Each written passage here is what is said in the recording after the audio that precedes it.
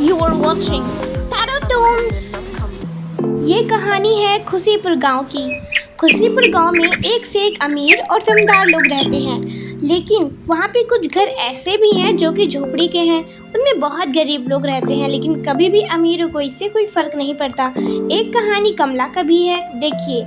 रोहन बेटा, मुझे पता है कि मेरा इस तरह से डेली सुबह सुबह काम पे जाना तुम्हें अच्छा नहीं लगता है। तुम घर में अकेले पड़ जाते हो ना, लेकिन मैं जल्दी आने की कोशिश करूंगी मेरा लाडला, मैं जल्दी आने की कोशिश करूंगी। कोई बात नहीं मम्मी, मैं आपकी मजबूरी समझता हूँ।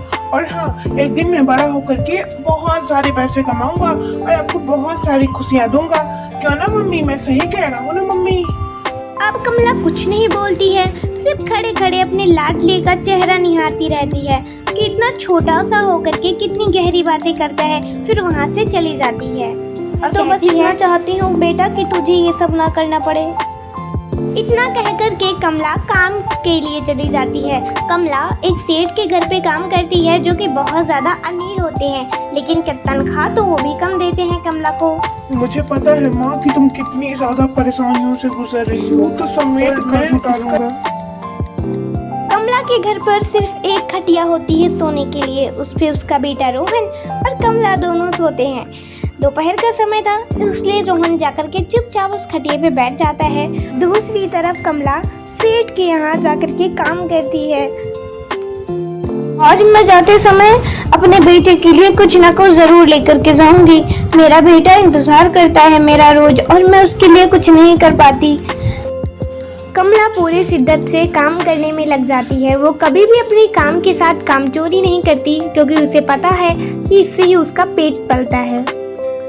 आज बहुत दिन बाद मैं इस रास्ते से आई हूँ। अरे ये पेड़ तो आमों से लग चुका है, और मेरा रोहन एक भी बार इस पूरी गर्मी बीत रही है, एक आम तक नहीं चख पाया है। मैं इसमें से एक आम ले लेती हूँ, मैं ना खाऊंगी, लेकिन मेरा रोहन तो चख पाएगा। ऐसा कहकर कमला आम के पेड़ की तरफ बढ़ती है, और ये आम का पेड़ सेठ जी का ही होता है जिनके घर कमला काम करती है। इसीलिए वो सोचती है सेठ जी तो कुछ नहीं बोलेंगे एक आम के लिए।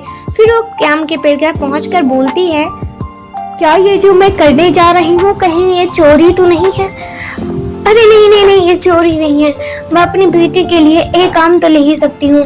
क्यों ना वृक्ष देवता, आप एक आम दोगे ना मुझे? और एक आम में कोई लालच नहीं है, मैं सिर्फ अपने बेटे की थोड़ी सी इच्छा पूरी करनी चाहती हूँ। मुझे पता है वो मुझसे कुछ नहीं कहता, लेकिन बच्चा तो वो भी है, उसे भी तो खाने का जी करता है ना वृक्ष देवता? और वैसे भी ये पेड़ सेठ जी का है, सेठ जी तो एक आम के लिए कुछ नहीं बोलेंगे, इतना मुझे विश्वास है। कमला धीरे धीरे कर आम के पेड़ की तरफ बढ़ने लगती है। उसे क्या पता था उसके साथ क्या होने वाला है। वो बस एक आम अपने बच्चे के लिए लेना चाहती थी, लेकिन उसके साथ अच्छा नहीं हुआ। जैसे ही कमला आम के पेड़ की तरफ बढ़ती है, तभी वहाँ पे सेठ जी आ जाते हैं, और कमला इसको देख करके खुश हो जाती है कि अब मुझ पर चोरी का इल्जाम नहीं लगेगा, और सेठ जी मुझे अपने हाथों से ही एक आध दो आम दे देंगे।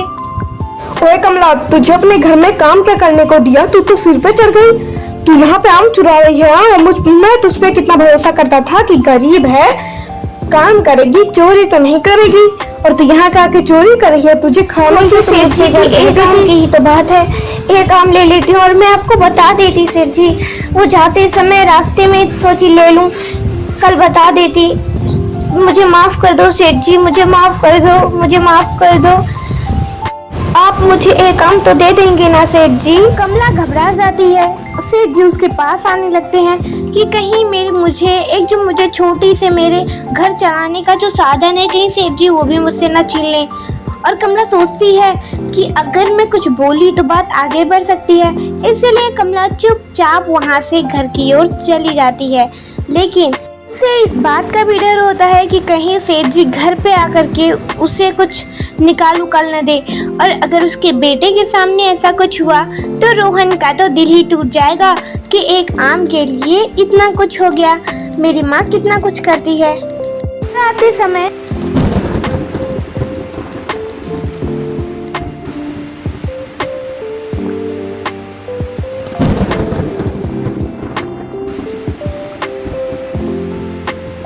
हे भगवान, मैं अपने बच्चे को क्या जवाब दूंगी?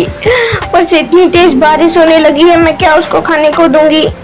ये बहुत ही भावुक पल था कमला के जीवन में। कमला इसको सोच करके उसकी तो आंखें नम हो जाती हैं, वो रोने लगती है। थोड़ी देर बाद वहाँ पे रोहन आ जाता है और अपनी माँ की हालत को देख करके वो भी भावुक हो जाता है। लेकिन कमला को ये पता नहीं था कि उसका बेटा उसके पीछे से देख रहा है। आज ये काम के लिए सेठ जी ने जो मेरे साथ किया है वो मैं जिंदगी भर नहीं भूल पाऊंगी। ऐसा कहकर कमला फिर से रोने लगती है और रोहन तो चिंता में पड़ जाता है, कौन सा आम और किस आम की माँ बात कर रही हैं। जैसे ही कमला घर के अंदर आती है, रोहन तुरंत पूछ बैठता है, माँ आप बाहर रो क्यों रही थी और आप किस आम की बात कर रही थी? मुझे तो कुछ समझ में नहीं आ रहा है। क्या एक आम के लिए आप किसी से लड़कर आई हैं या फिर किसी ने आपको आम नहीं दिया? मुझे नहीं चाहिए कोई आम, मैं नहीं खाऊंगा।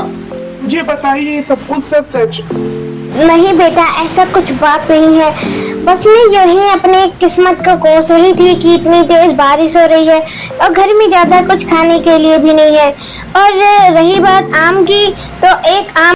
इतना कहकर कमला चुप हो जाती है और फिर इसके आगे रोहन भी कुछ नहीं पूछता। रात का समय था, इसीलिए कमला और रोहन थोड़ा कुछ खा करके सो जाते हैं। और लेकिन कमला को ये बात तो सताए ही जा रहा था कि मैं अपने बेटे के लिए कुछ नहीं कर पाई। सुबह बेटा, आज भी मुझे थोड़ा जल्दी काम के लिए जाना पड़ेगा ताकि मैं सेठ जी से थोड़ा और पैसे ले लूं घर चलाने के लिए। और तू खाना खा के आराम से बैठ जाना और घर बाहर मत निकलना, बाहर बहुत ज़्यादा कीचड़ हो गया है बारिश की वजह से, ठीक है? और मैं कोशिश करूंगी कि मैं जल्दी आऊं, बस आज भी बारिश ना हो। रोहन कुछ कहना चाहता था, इसलिए कमला बैठ जाती है और रोहन की बात सुनती है। रोहन कहता है, मम्मी आप आराम से जाओ और मैं आपके बात को ध्यान में रखूंगा। मम्मी आप संभाल कर जाना, बारिश की वजह से सांप भी रास्ते में मिल सकते हैं। हमारे दूसरे कमरे में मम्मी पूरा पानी भर चुका है, उसको मैं दिन में साफ कर दूंगा। कमला उठती है और अपने काम की ओर जाने लगती है, लेकिन जाते हुए कहती है कि बेटा, मुझे पता है कि तू बहुत ज़्यादा परेशानी में है, तू ये जानना चाहता है ना कि तेरी माँ किस दुख से गुजर रही है, लेकिन तू अपना ख्याल रखना और घर से बाहर मत निकलना। फिर मन ही मन में कहता है कि मैं जो करने वाला हूँ उसके लिए मुझे क्षमा कर देना भगवान। ना कहकर रोहन अब दबे पाँव अपनी माँ का पीछे पीछे जाने लगता है। पता नहीं रोहन के दिमाग में क्या चल रहा था कि वो अपनी माँ का ही पीछा करने लगता है। वो धीरे धीरे दबे पाँव बिना किसी आवाज के पीछा चलते करता चलते है। कमला और रोहन एक शहर में पहुंच जाते हैं। अरे, खुशीपुर था ही अमीरों का शहर, कुछ ही घर तो गरीब के थे। जहाँ पे कमला रुकती वहाँ पे रोहन भी चुपचाप रुक जाता कि कहीं माँ को पता न चल जाए कि मैं उसका पीछा कर रहा हूँ। कमला तो काम करने के लिए सेठ जी के घर पे चली जाती है, लेकिन रोहन के दिमाग में कुछ अतरंगी सा आता है। वो सोचता है कि क्यों ना माँ की मदद करने के लिए मैं भी थोड़ा कुछ काम करूँ पीछा करने के बजाय, इसलिए वो जाता है। रोहन चलते चलते एक ढाबे पर जाता है जहाँ पे बहुत सारे लोग थे, इसीलिए वो सोचता है यहीं पे मेरा सर्कस दिखाने।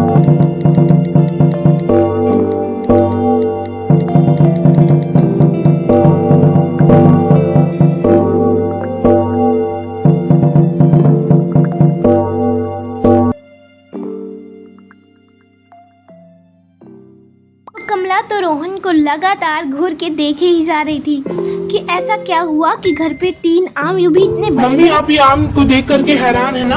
मैं बताता हूँ ये मैं कहाँ से लाया हूँ। मुझे पता है आप सुन करके बहुत ज्यादा दुखी होंगी, लेकिन मैं बताता हूँ। मैं थोड़ा अपने ज्ञान का प्रदर्शन किया और जिससे मुझे कुछ पैसे मिले और मैं ये आम लेकर के आया। बाजार में ये सबसे ज्यादा बड़े बड़े आम है, इसलिए मैं सोचा कि ये एक शब्द भी मत निकालना। मुझे पता है कि तू सर्कस में कितनी मेहनत किया होगा और इसीलिए मैं तो तुझे बाहर नहीं निकलना देना चाहती कि तुझे धूप ना लगे। इतनी तेज धूप हो रही है, अगर तू बीमार हो जाता तो हमारे पास तो इतने पैसे भी नहीं है कि बड़े बड़े अस्पतालों के चक्कर लगा सके, और तू बात को समझता ही नहीं है और आम खाने को कहता है।